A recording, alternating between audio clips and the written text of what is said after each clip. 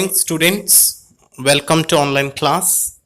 In previous class, we discussed about that third law of motion, application of third law of motion, and mathematical expression of second law of motion.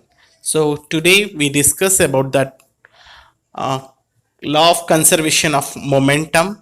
So and its derivation. So and some numericals. Okay. Law of conservation of momentum. When two or more bodies act upon one another, their total momentum remains constant or conserved, provided no external forces are acting. यानी दो या दो से अधिक objects एक दूसरे से act कर रहा है, सो उसका टोटल मोमेंटम क्या हो जाएगा, कांस्टेंट रहेगा या कंजर्व होगा. फिर कब होगा ये? No external forces are acting, कोई भी एक्सटर्नल फोर्स एक्टिंग नहीं होता है, तो उसी को हम बोलते हैं law of conservation of momentum. So that is initial momentum is equal to final momentum. तो इनिशियल में मोमेंटम कितना था, वो इक्वल रहेगा फाइनल मोमेंटम में. फिर this is about that law of conservation of momentum. अब देखेंगे कुछ applications of law of conservation of momentum कहाँ कहाँ अप्लाई हो रहा है. फिर so while firing a bullet the gun should be held tight to the shoulder due to recoil of the gun. So जब हम फायर करेंगे बुलेट को तो गन को हम टाइटली पकड़ना पड़ता है, क्योंकि हम रिकॉइल करेंगे ना गन को, इसीलिए. This is that first is ये जो एप्लीकेशन है कंजर्वेशन मोमेंटम का. हम दूसरे भी देख सकते हैं. देखो एग्जांपल सेकंड देख रहे हैं हम application. Rocket and jet plane work on the principle of conservation of momentum. जो रॉकेट है या जेट प्लेन है, ये सारे किस बेसिस के ऊपर वर्क कर रहे हैं, कौन से प्रिंसिपल के ऊपर वर्क कर रहे हैं? On the principle of conservation of momentum. Okay, so हम ये भी देख सकते हैं when a man jumps out of a boat to the shore, then the boat slightly moves away from the shore to conserve the momentum. जब एक man jump करता है बोट से तो शोर की तरफ, तो बोट क्या होगा, स्लाइटली मूव्स अवे, थोड़ा दूर जाएगा. क्यों? From to conserve the momentum. Okay, this is that some of that applications of that law of conservation of momentum. So अब देखें हम डेरिवेशन करेंगे. सो सबसे पहले डेरिवेशन करने से पहले एक लिखेंगे हम. Suppose two objects A and B, दो ऑब्जेक्ट्स है A and B, each of mass m1 and m2, दोनों का भी मास क्या है, m1 और m2 है, और moving initially with velocity u1 u2, दोनों भी इनिशियली वेलोसिटी से मूव कर रहा है u1 एंड u2 से. Strike each other after time t, दोनों भी एक दूसरे से टकराएगा कुछ समय के बाद, and start moving with velocities v1 and v2 respectively. दोनों भी मूविंग होने लग, जब फाइनल वेलोसिटी में मूविंग होने लग जाएगा टकरा कर कुछ समय के बाद, तो उसका फाइनल वेलोसिटी कितना होगा, v1 and v2. Okay, so suppose बताया था, देखो ए ऑब्जेक्ट है और एक बी ऑब्जेक्ट है. सो ए ऑब्जेक्ट का मास m1 है, बी ऑब्जेक्ट का मास m2 है. सो इनिशियल वेलोसिटी है u1 है, और इसका इनिशियल वेलोसिटी है बी ऑब्जेक्ट का u2 है. फिर सो दोनों भी सेम वेलोसिटी में हैं. सो एकदम स्ट्राइक हो गया, एक दूसरे से स्ट्राइक हो गया, मतलब टकरा गए हैं, कोलाइड हो चुके हैं एक दूसरे से. सो टकरा कर क्या हो गया, वेलोसिटीज क्या हो गया, चेंज हो गया. वापस ए ऑब्जेक्ट का मास तो सेम रहेगा, चेंज नहीं होगा, m1 है, लेकिन वेलोसिटी चेंज हुआ तो v1 है. सो m2 बी ऑब्जेक्ट का मास m2 रहेगा, वो सेम मास रहेगा, लेकिन वेलोसिटी चेंज हो गया v2. So initial momentum of object को ए को क्या लिखेंगे, m1 u1, और initial momentum of object B को m2 u2, और final momentum of object A को m1 v1 है, और final momentum of object B का m2 v2 है. फिर अब देखना rate of change of momentum in a object का rate of change of momentum क्या है, that is F1 is equal to m1 v1 minus m1 u1 upon T, क्योंकि ए object का इनिशियल वेलोसिटी u1 है और फाइनल वेलोसिटी v1 है, तो मास तो सेम है m1 m1, ओके। और with respect to time, time के अकॉर्डिंग चेंजेस हुआ है ना वेलोसिटी, इसीलिए अपॉन टी है। So F1 is equal to m1 v1 minus m1 u1 upon t. So m1 common है, सो मास ऑफ ऑब्जेक्ट ए का same रहेगा तो कॉमन हो गया, तो v1 minus u1 upon T, equation number 1 है। और सेकेंड देखना rate of change of momentum of object B, object B का चेंज इन मोमेंटम देखना, F2 is equal to m2 v2 minus m2 u2 upon T, क्योंकि timing का दोनों का भी सेम टाइमिंग रहेगा ना, तो इसीलिए कॉमन टाइम है टी है। सो उसको मास ऑफ ऑब्जेक्ट भी सेम रहेगा, सो कॉमन है तो बाहर निकल दिया m2 that is v2 minus u2 upon T, equation number 2। So according to the third law of motion क्या है statement, action and reactions are always equal and opposite, दोनों भी ऑपोजिट रहता है, that is F1 is equal to minus F2। तो अब put the value of the equation number 1 and equation number 2।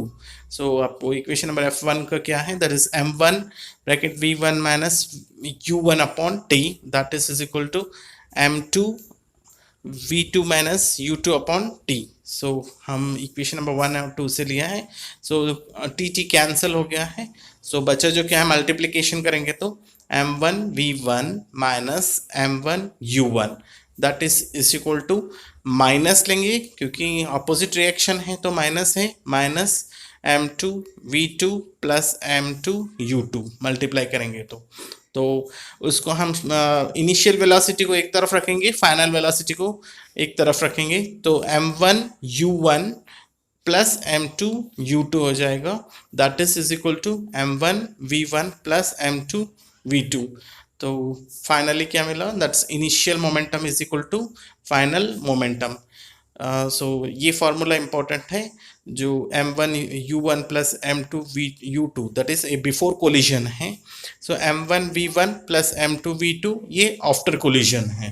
So this is initial momentum is equal to final momentum होता है। So this is the derivation of law of conservation of momentum, okay, it's one of the important derivation, it may come in your examination, so on this basis a numerical question also you solved it, okay। Let's see example number 1, a bullet of mass 20 gram is fired horizontally with a velocity of 150 meter per second from a pistol of mass 2 kg. Find the recoil velocity of the pistol. So सबसे पहले question में क्या दिया है, given आपको लिखना है, एक बुलेट का मास दिया हुआ है। सबसे पहले बुलेट को मास को हम m1 बोल रहे हैं, वो 20 ग्राम है। जब भी आपको ग्राम में देता है मास, उसको केजी में कन्वर्ट कर लो। सो केजी में कन्वर्ट करने के लिए 20 डिवाइडेड बाय 1000, तो 1000 से डिवाइड करेंगे तो क्या आंसर आएगा, 0.02 केजी होगा, ओके। सो मास केजी में कन्वर्ट क्यों करना, बिकॉज ऐसे यूनिट है मास का केजी में, इसीलिए। और अब सेकंड दिया है, देखो मास ऑफ पेस्टोल दिया है, पेस्टोल का मास दिया है, कितना दिया हुआ है 2 केजी, वो केजी में ही है ऑलरेडी, 2 केजी लिखना है आपको। Initial bullet is inside the gun and it is not moving, in starting में गन के अंदर ही क्या है, बुलेट है, सो बुलेट क्या है, रेस्ट में है, ओके। सो मास क्या हो जाएगा, टोटल मास कितना हो जाएगा, एक पिस्टल का और एक ये जो बुलेट का, दोनों का भी मास कितना हो जाएगा, टोटल m1 प्लस m2, तो बुलेट का 0.02 है प्लस 2 kg इसका है पिस्टल का, तो टोटल हो गया 2.02 kg, ओके। सो इनिशियल में रेस्ट में है बुलेट, तो वेलोसिटी क्या हो जाएगा, इनिशियल वेलोसिटी 0 हो गया फिर, ओके। तो इनिशियल मोमेंटम कितना हुआ, 2.02 इंटू 0 हो गया, तो टोटली जीरो से कोई भी मल्टीप्लाई करेंगे तो जीरो होगा, तो ये इक्वेशन नंबर 1 है। फिर सेकेंड देखेंगे, finally let the velocity of pistol be v2 and v1 for bullet is equal to 150 metre पर सेकेंड।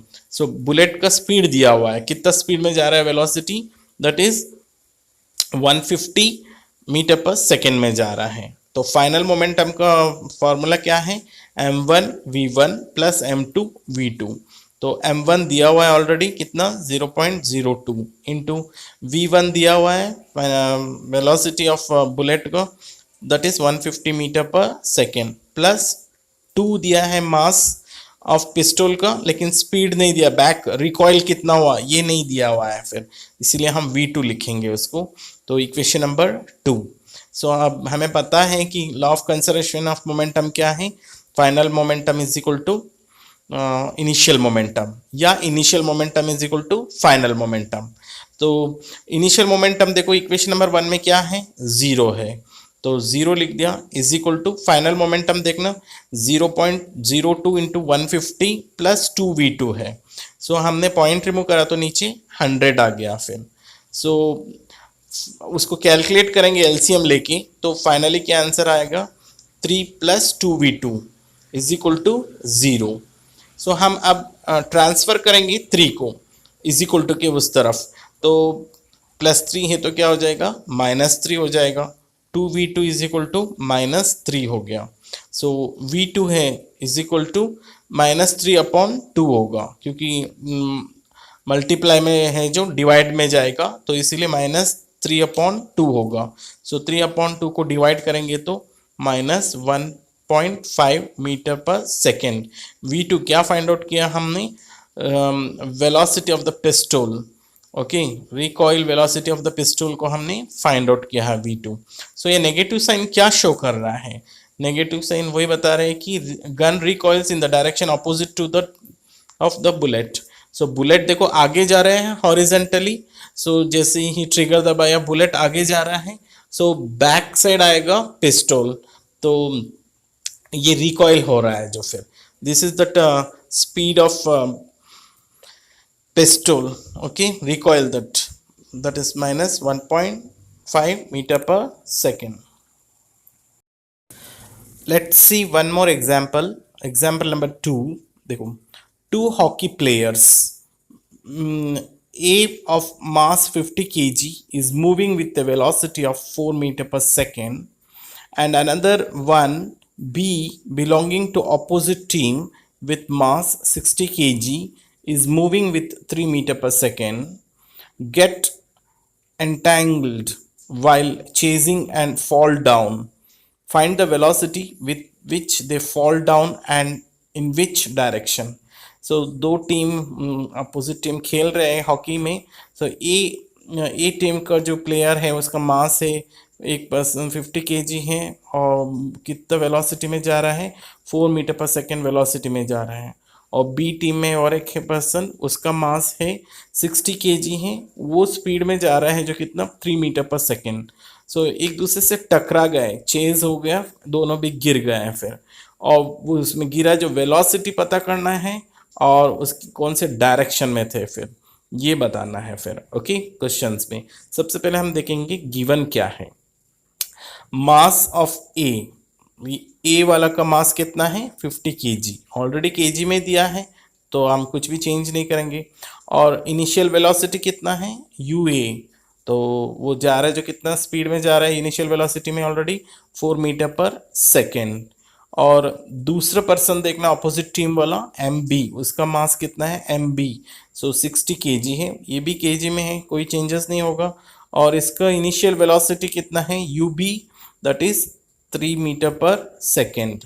ओके, सो अब इनिशियल मोमेंटम कितना हुआ ma इंटू यूए, क्योंकि फॉर्मूला क्या है मोमेंटम का, मास इंटू वेलोसिटी है, तो ma इंटू यूए, तो टोटल कितना हुआ 50 है ma, और उसका इनिशियल कितना है 4 है, 50 into 4 that is 200 kg metre पर सेकेंड, और initial momentum of B person, सो उसका मोमेंटम कितना है mb इंटू यूb, तो दैट इज 60 इंटू 3, 60 उसका मास है, 3 उसका इनिशियल वेलोसिटी है, टोटल कितना हो गया 180 kg मीटर पर सेकेंड, 6 18 हो गया, तो 180 kg मीटर पर second. So total initial momentum is equal to, total कितना हो गया इनिशियल मोमेंटम, दोनों भी ऐड करेंगे, 200 प्लस 180 कितना हुआ, 380 kg मीटर पर सेकेंड.